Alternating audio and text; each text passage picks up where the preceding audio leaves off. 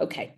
All right. So as I was writing my book, Financial Confidence for Well-Being, and maybe to just also give you a background, to just echo what you've just said. So working with a lot of executive females for the past 17 years plus, one of the things that I noticed as we went through the Leadership for Women transformative process, and we were looking at the total person, assessing finances, physical and health, family and home, spiritual and ethical, social and cultural. One of the things that I noticed that was neglected by most women leaders was the finances. But also, as you get into the coaching session, most women leaders, when you looked at them, they looked very successful from the outside. But when you started having conversations, you then started realizing, oh my God, there's something else going on here, especially around finances. And so that for me inspired me to kind of continue to learn more about finances for myself as well as a women leader, but also just to explore what is happening. Why are we, successful in terms of job roles and positions, but our finances are suffering? And so this is what inspired my book, Financial Confidence for Well-Being.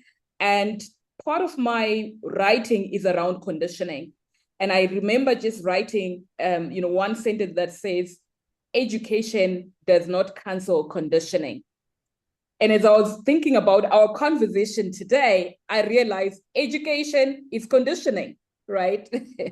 So how does the education system condition or program money mindsets for women? And this is the conversation that I wanted to have with you as one of the women leaders. And you have been in the academic, but also you are leading in terms of developing women leaders. So I'm excited to have this conversation so I can learn from your experience. So education is conditioning. How, in your experience, does the education system shape the money mindsets of women? It doesn't. And thank you for inviting me for this conversation. And I'm really looking forward to read your book and come to your book launch. Hopefully, I'll be invited.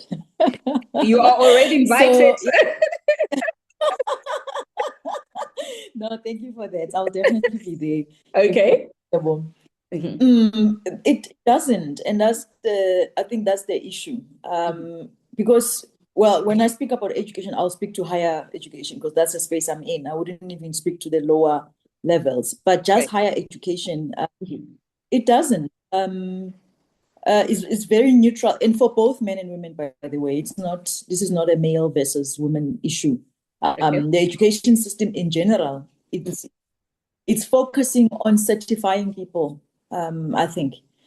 So you go in, you take different modules together. Those modules, they make up a certificate, whether it's a degree or honors degree, but you come out with a certificate. And more often than not, you are not as enabled to solve your immediate problems. And that's why even the money conversation, it falls under that, because there's nothing, there may be a course on finances, on how to manage finances for the organization. I mean, I remember I attended a course on financial literacy for non-financial managers. And it was geared towards people like me I'm a leader who's supposed to understand the financial statement, and advise, but without having the details on how to prepare it, what goes in and all of that. So it's geared for the job that you will be doing, a particular job, but not necessarily for yourself and how you must be managing your own things. And the conditioning that you are talking about, and I'm glad that you discussed that in your book. It's the societal conditioning that says a man is the one that's supposed to bring money, but men don't necessarily, or are not necessarily more literate than women. It's just that they bring the money, and the women tend to be the one that use it, if at least if the men allows for that to happen. So that's the societal conditioning. So women know how to balance the books in the home, which groceries to buy, not buy, which shoes to buy, not buy. So women, they have those basics. But then the further you go like, how do you then bring in more money? Make sure that the money you have makes more money for you. Investment options, what you do, like that knowledge is not there. And simply because women are taught or are conditioned to believe that someone else must take care of them. And that a man would be the one, because the man is the one that makes more money most of the time, or some of the times, then the man then would be the one that is in a better position to know where to invest and not invest and all of that. So yeah, so the simple answer is that the education system does not even attempt to condition us in general, not just women. But obviously, women suffer more because of the societal conditioning that already exists. So would you say the silence in the education is actually part of the conditioning? So if it's quiet, not talked about, it means you also will be quiet and not talk about it, right? Because it was never talked about. So it becomes this subject that, we can't just confidently get into and talk about it. We're silent. That's why in most families, we don't talk about money. With our friends, we don't really have authentic conversations around money. So the education system conditions us to be quiet about money. So we're silent about it. We will talk about our jobs. Yeah. No, I would agree with that. Yeah, we'll talk about our jobs and we'll talk about our promotions, but we don't put a figure and a price tag to it. We would remain quiet about money. Okay. And I think also one thing that you said that is interesting is that... Sorry, go ahead. There's a lag. No. I was saying, no, you are correct. The silence itself is the conditioning in this case. Right. You talked about us being socially conditioned to be looked after by men. I tell you, even with all the success I've had and achieving highest academic qualification, I still yearn to be looked after. Is that normal? And how do we overcome this? Yeah, no, but that one, I think it's a deeper question, We cannot just browse through it, and we would have to do some research even to say, do women even want to be as independent as we seem to be pushing? Because maybe if we're honest with ourselves, we would say we just want capable men who can take care of us so that we can take care of the family. And that's what we want. And there would be nothing wrong with that if we were to agree, all of us, that, you know what, actually, we just want men to step up and take care of the family. And we take care of, of all of us. So yeah, it's a deeper conversation. So I don't know about normal versus not normal. I know there are certain things in nature that even if you tried, you wouldn't go against, because that's just how nature works. But there are also conditioning that you're talking about that when it's done well, it makes us think that that's how nature works. Meanwhile, it's not nature, it's conditioning. So to say that the yearning is it normal or not, we wouldn't know. We'll have to go deeper. We have to go and say, but why am I happy when a man brings me something? Right. Or something that I can afford to buy for myself. But there's something nice that happens to me when I get it from my man. So that's a deeper conversation. All right. And would you say then, and you've probably touched on it now, does conditioning override competence?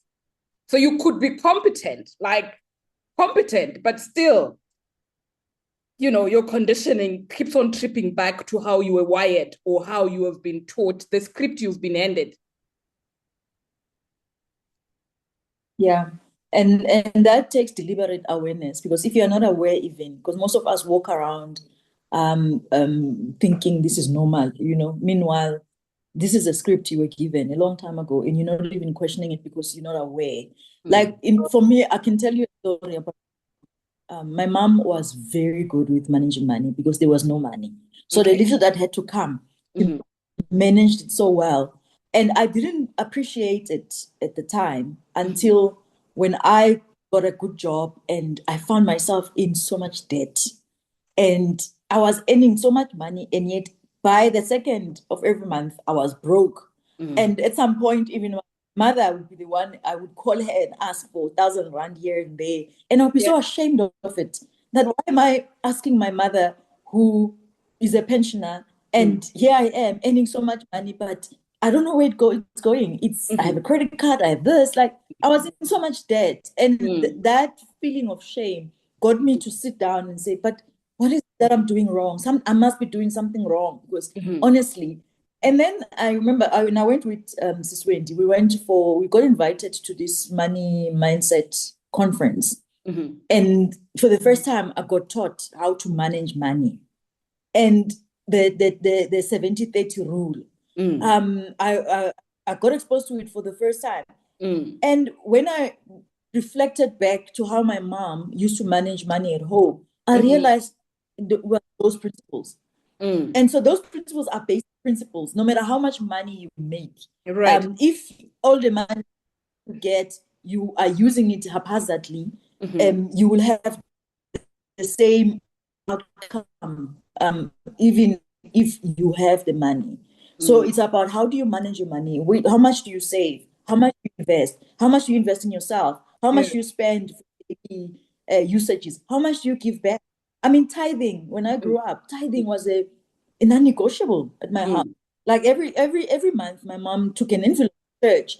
And at the time, I just thought it was just behavior that she, and then only when it was linked for me back to financial management, why it's so important to give it away, even if you're not giving it to church, but give some portion of your money away. Right. It's part of money management.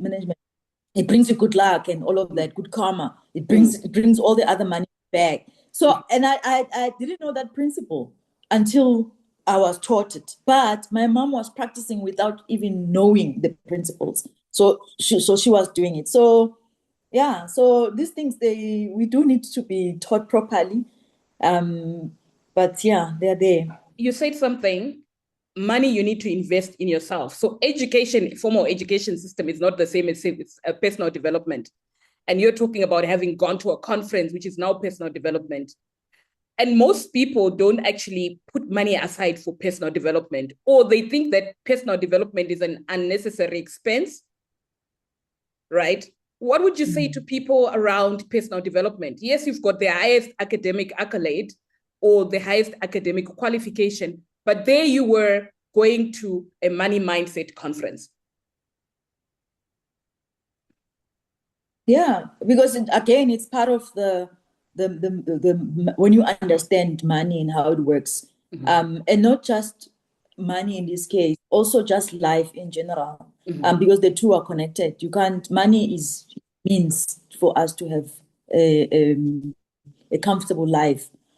So if you are not developing yourself, either buying books or attending something that brings back to you, it also hinders your ability to make more money. And because more money, you bring money by the skills, not just financial skills, but all other skills that you can develop. They help you in your journey to then be in a position to make more money for yourself. So all of these things are connected. But when you don't understand them and you think the certificate is enough, because the formal education, it really gives you a license to say you can go and apply for this position over the other or whatever. It's just license. But are you equipped for your life to manage your life, day-to-day management of your life? And that's where then the financial literacy also comes from. Thank you. Thank you so much, Doc. What would you say is the one script that you wish the future girls or the young girls now no longer have to inherit? What is the one script that women you see we have inherited that you are wishing that the next generation does not inherit? True independence. Because we are human beings, and somehow it seems to be a script that we do need each other. And I don't know if we can do something about that. I don't think we can. It's just part of being human. You need companionship. But companionship should not be equated to provision. You need to provide. The other person must provide for me. It should be equated. It should be that I need you, you need me, for us to coexist and do well in life.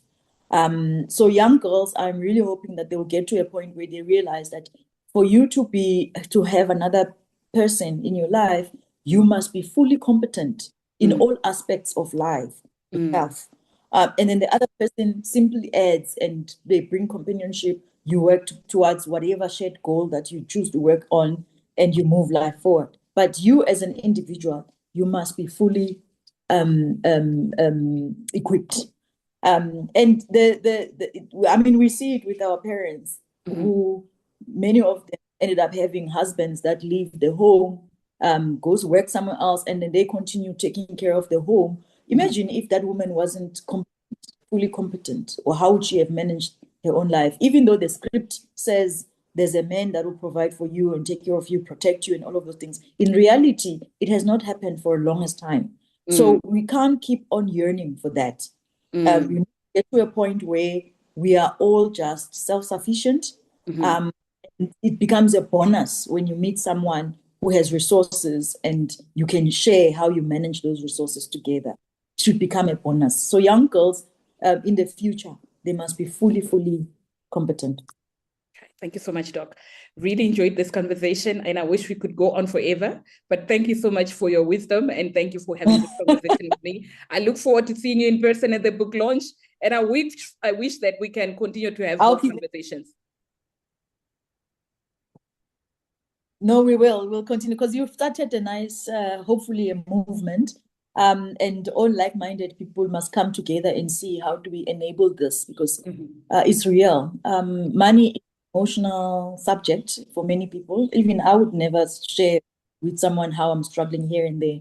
But when the more we share, the more we each other, the more we realize that actually it's not as bad as we think it is. Right. So well done for starting it. Thank you. Thank you so much, Doc, and have a great rest of the day. Thank you. Thank you too.